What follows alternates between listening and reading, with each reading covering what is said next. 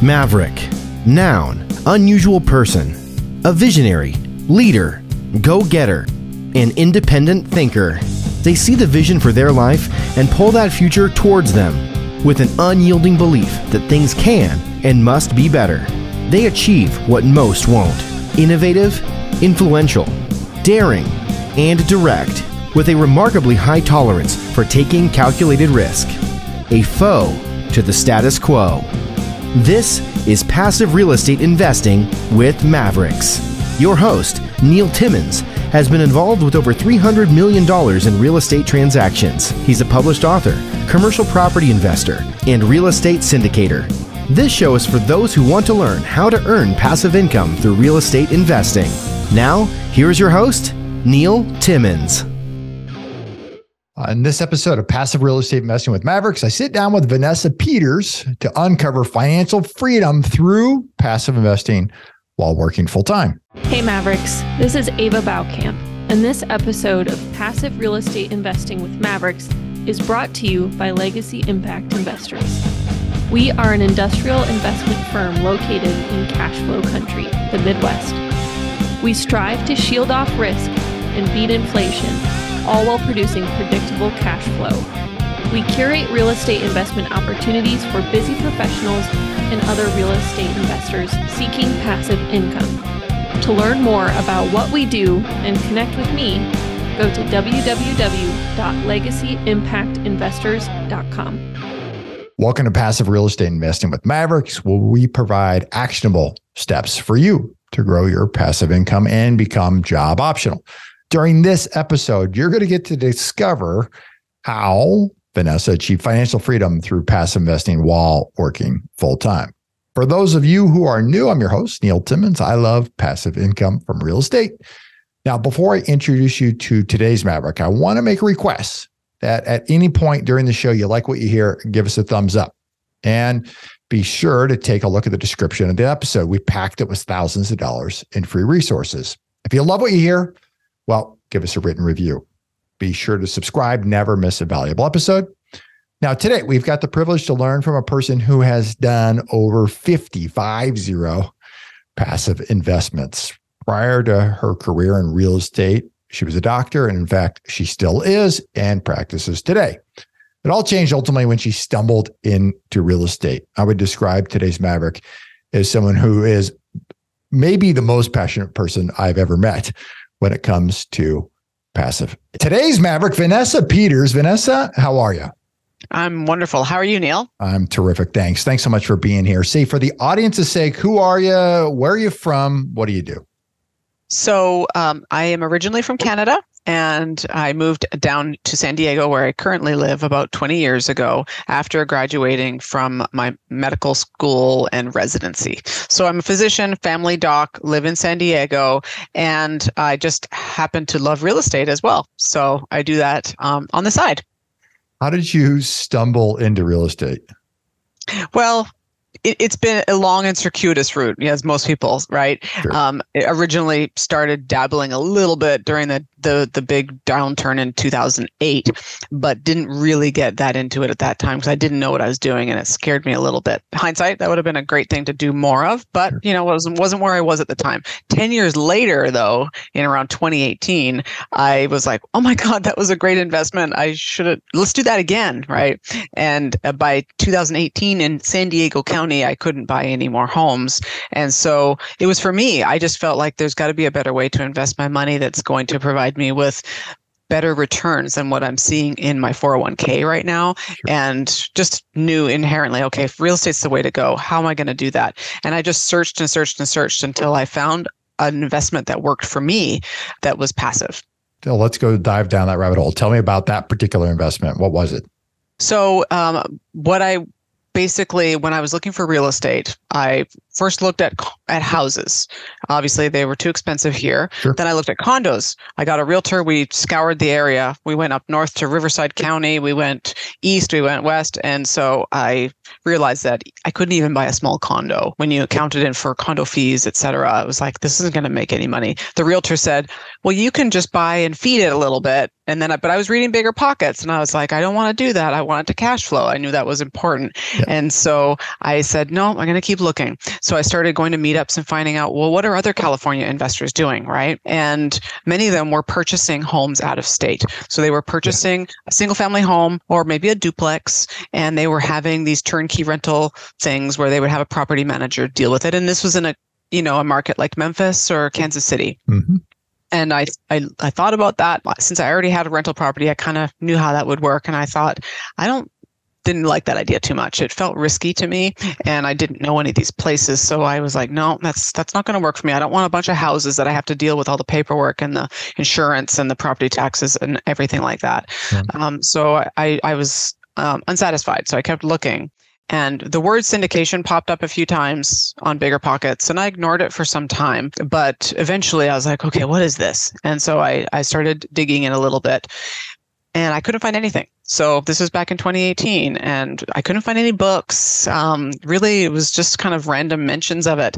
I went online to look for deals, and I couldn't find anything. So I eventually reached out to someone who had posted on Bigger Pockets a couple of times. He seemed knowledgeable. So I got on the phone with him, and he explained to me about a deal that he had in Dallas and the way that it worked. It was I think a 250 unit apartment building in Dallas, Fort Worth.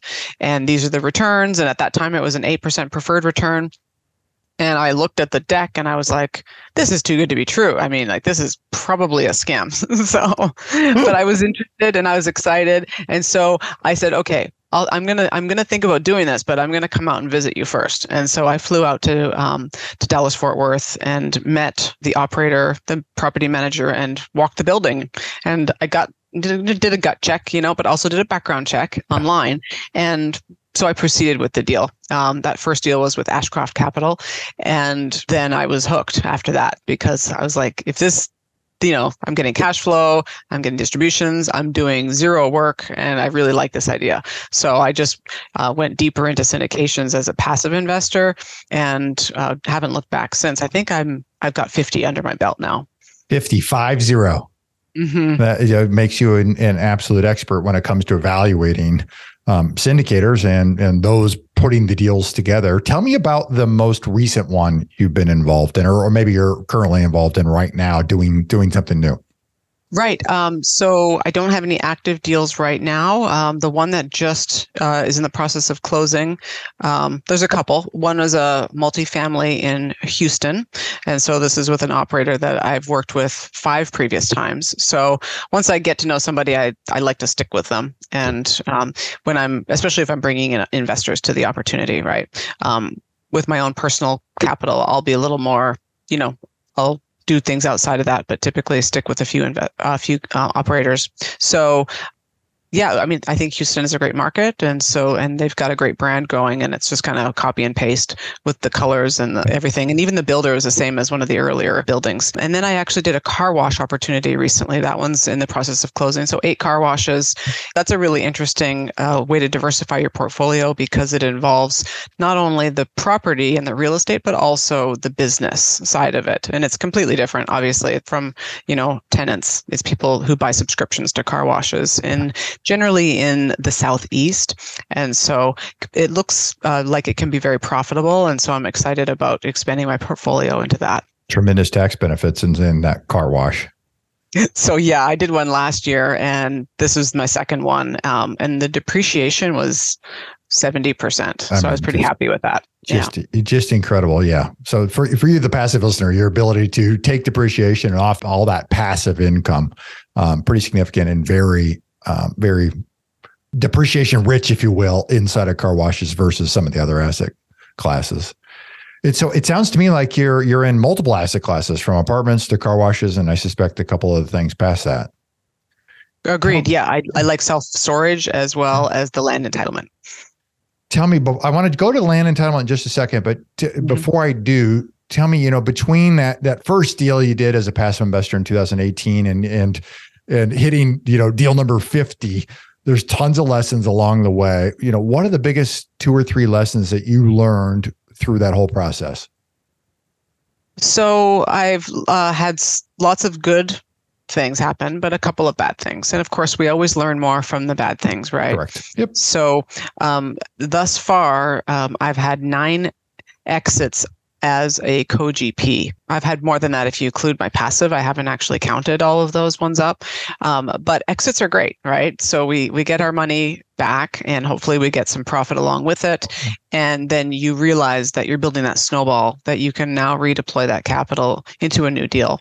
One thing I wasn't expecting was the a little bit of stress that comes with, it's a good problem to have, but extra capital, Yes. You need to now, I keep a spreadsheet of all of my investments and the income that I expect every month from them. Okay. And you get kind of attached to that number of passive income per month. And then when a deal sells that passive income, you have to delete it, right? And then you have to reinvest it. And so you're like, oh, I mean, it's great. You've got more money to invest, but you need to find another deal that's safe, that will provide you with hopefully some of that cash flow benefit as well. Right. And so I've learned not to rush into picking another deal for that, because I did make a couple of perhaps not the best choices when I had transferred one retirement fund to another. And then I was able to access my retirement money. Sure. And sitting on, $500,000. And oh boy, that was burning a hole in my virtual pocket, right? So some of those deals haven't worked out, and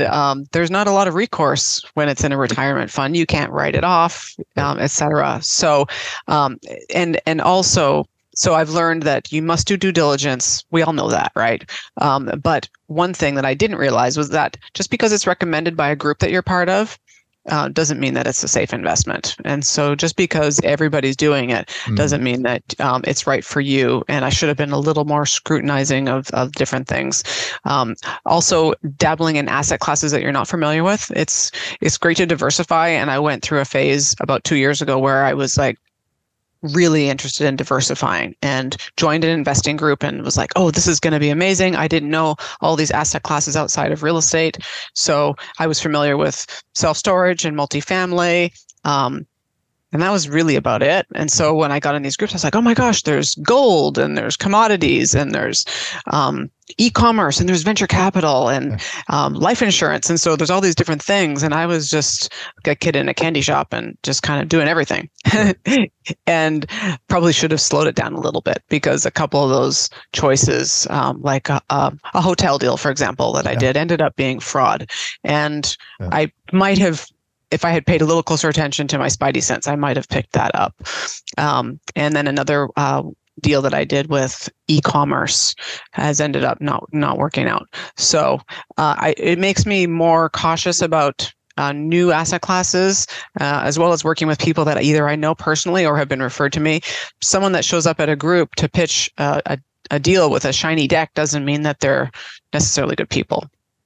There's a lot to take away from what you just said. One of the things that makes me think too is don't put all your eggs in one basket. Right, to have some diversification, even inside the same asset class, but across deals. Absolutely.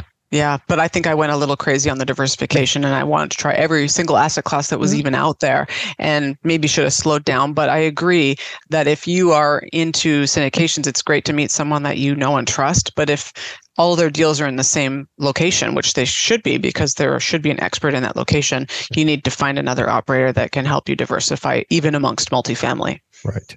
All right, let's talk about land entitlement, and maybe for some of the audience who doesn't even know what that means, maybe share a little about that, and then what you have working on the land entitlement side of things. Yeah, I like land entitlement as a diversification ploy, because the amount of land that is needed to fill the need for the U.S. housing market is really large, and depends who you talk to, but we're at least 6 million housing units short right now.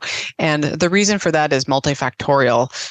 But really what it comes down to is that the builders have not been building very much since the 2008 crisis. If you look back over the last 5 to 6 decades, they were building between 20 and 25 million over those decades. And then in the last decade, it was 5. And so it's like 1/5 from 2010 to 2020. And they can only build like 1 to 2 million at the most per year. And so we're short. We keep getting shorter because our population is growing and we need more houses.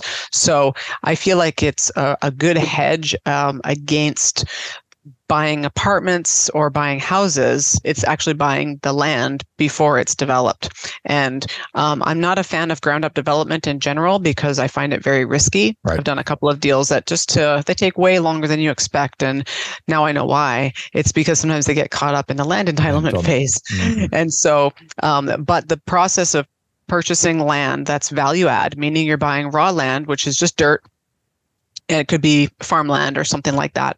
And then you get all of the paperwork in place, which includes permits and zoning, environmental assessment, and phase 1 and sometimes a phase 2, and going to the city and getting all these things done. There's no actual movement of land. There's no grading or putting in electricity or roads or lighting or anything like that. That's called horizontal construction. So it's pre that. Then you get to the construction drawing phase, which is drawing up the plats and how it would look, how a tract home development would look. And then you sell it to a home builder, a national home builder at that time, once you have all the paperwork in place. It's called shovel ready or a paper lot. And the home builders would much prefer to buy it at that stage rather than at the beginning. They used to do that process, but in 2008, they got burned quite badly with a lot of that raw land that was suddenly worthless, really, because nobody wanted to build any homes due to all the foreclosures on the market. So they've pivoted and they like to do that. They like to buy it and they can get their houses built much faster. So there's a really big demand for that. And so that's what land entitlement is. But how you invest in it is tricky. There's not that many deals out there for passive investors that can put in small amounts. Like there might be institutional where you have to put in 500 or 250 or something like that. And those are the people who are doing the land entitlement. If they're looking for investors, that's kind of how they do it. But our fund is much different because what we do, we're actually opening a Regulation A fund, which is a Reg A, which is a crowd fund. Okay, so versus most of the other deals are either 506B or 506C investments. You sometimes need to be a accredited investor. I'm sure you've discussed that on your show. And usually the minimums run $50K. So on a crowdfunding platform, you can bring in a lower minimum of like $10,000 with $1,000 increments and unlimited number of non-accredited investors. So it's a nice low bar. And what our fund does is actually lend money to the operator who gets the land entitlement done. And so we partner very closely with one single operator. We're almost like partners, but we're not the same company. We lend to them. And then when they get the land entitled and sell it, then they pay us back with interest. And so we're able to do this on a rolling basis, which allows us to provide a 10% quarterly return. So it's getting cash a lot of land, which is, usually something that you don't see. But you're in the debt position, so you've actually got first lien position on the property. Correct. Yeah. Correct. No, I think that's interesting because what's unique about land versus a handful of other assets, it is a cash monster. You need a lot of money that goes into that ground to be able to take it down, and then it takes time, and it's not income producing. It's just sitting there, and so it takes time to work it through that process, and then. I like what you said that, there's plenty of national builders who they want shovel ready lots. They want to be able to go instead of having, for lack of a better term, raw material. You think about that from building a car. They don't, Ford doesn't really want the plastic. They want the components to be able to assemble the car and get it off the line and sell that thing to move it.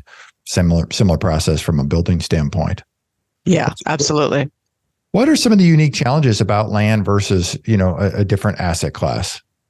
Well, the time that it takes to get the land entitled, just like with any ground up development, if you run into a hitch, then that can slow things down. COVID was really hard on us because there's people in the city, the government, who need to approve something, put a stamp on it or a check mark, then they weren't there, or they were working part-time, and then things were backing up and piling up. So we're actually still just catching up from that. And so because of that, the first 12 to 24 months of a fund can be kind of slow, but we've got things in the pipeline now and we're starting to see them sell. And so now we're looking at being able to make quarterly profit sharing distributions on top of the preferred return.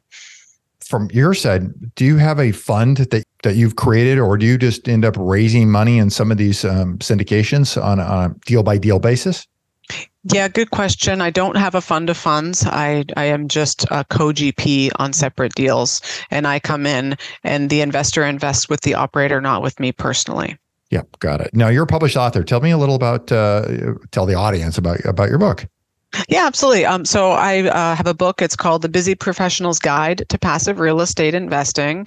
And it's basically starts out as my story with how I got into real estate. And then I talk about what's so great about it and why I can't stop, telling everybody about it, all the benefits, and then go through a lot of the terminology of syndications. So it's for folks who are kind of new to syndications or would like to kind of brush up on it. And then I have sort of a roadmap to how to get to like $100,000 per year of passive income in about 8 years. Wow, that's great. Is it available on Amazon? It's available on Amazon, correct? Okay, great. Yes. We'll make sure we get the link in the show notes for everybody. They can take a look at that. And then on my website, you can go there and download the first few chapters as well. Oh, perfect. Tell me, when a passive investor is looking into a deal, how about this? When they're looking into a sponsor, let's start there first. What are the top 2-3 things that they should be mindful of when they're connecting with the sponsor for the first time? So I generally like to see their track record. Of course, their current deal, and the underwriting can be a bit intimidating, especially if you're a new investor. Sure. So, I would usually, if it's a brand new operator and you're also a new investor, you want to speak with that operator and just see how they are, how they answer your questions, and are they open to spending some time with you answering those questions, especially if you're brand new at it. I'd like to see how they performed in the past, explanations of what they plan to do with the property, and then I would always do a background search. It doesn't have to be a formal background search because that does require a social security number, and good luck getting that. But it's amazing what shows up on Google. And so you want to just, tap into that. And then if you have the opportunity to visit the site, that's great. But most people don't have the ability to fly across the country. So yeah, just making sure that you're comfortable with them, making sure they have a good team. Always ask for a reference or two. Of course, they're going to give you their best references, but and if you have any investors that have had an exit, with them, then that's helpful to hear that as well. So you got a check mark on the operator. Now you're looking at a deal. What are you top, 2, 3, 4 things you're looking for inside that deal? Well, it depends what you're looking for, what your risk tolerance is. I prefer B class, if we're talking multifamily, B class opportunities or B plus in a nice neighborhood that's at least a B, preferably an A, and with some value add component. But if the numbers work and it's a newer building, and I've seen this lately, I'm happy to invest if it looks like they can just maybe reduce expenses and make things more efficient without having to do a whole lot of renovations. That's less risky. But there's typically more profit if there is some meat on the bone or some things that can be improved. And that feels good too, like you're making something look better and then you're giving the tenants a better place. What are you most excited about this year? This year, I'm actually taking a little break. And so I'll be taking a sabbatical from work over the summer. Yeah. And so I'm most excited about hopefully taking some time off and getting offline. Yeah. Yeah. No, that's terrific. Let's do this. So I want to move on to the final segment, what I call the final 4. What do you think holds most passive investors back from hitting their personal next level, whatever that happens to be? I think taking the first step is a big one. I talk to investors all the time who haven't done this before, and they're interested, but they're also scared, and they want to make the perfect decision. And you can call it analysis paralysis or whatever, but a lot of people are like, well, what's the best deal I should do first? And I always tell people that you're going to do lots of deals. When I did my first deal in Dallas, it was a big deal to send $50,000. But as you do more deals, as you get cash flow, as you get exits, the bucket of money that you have to invest with keeps getting replenished, and it's pretty amazing. I've been doing this really solid for about 5 years.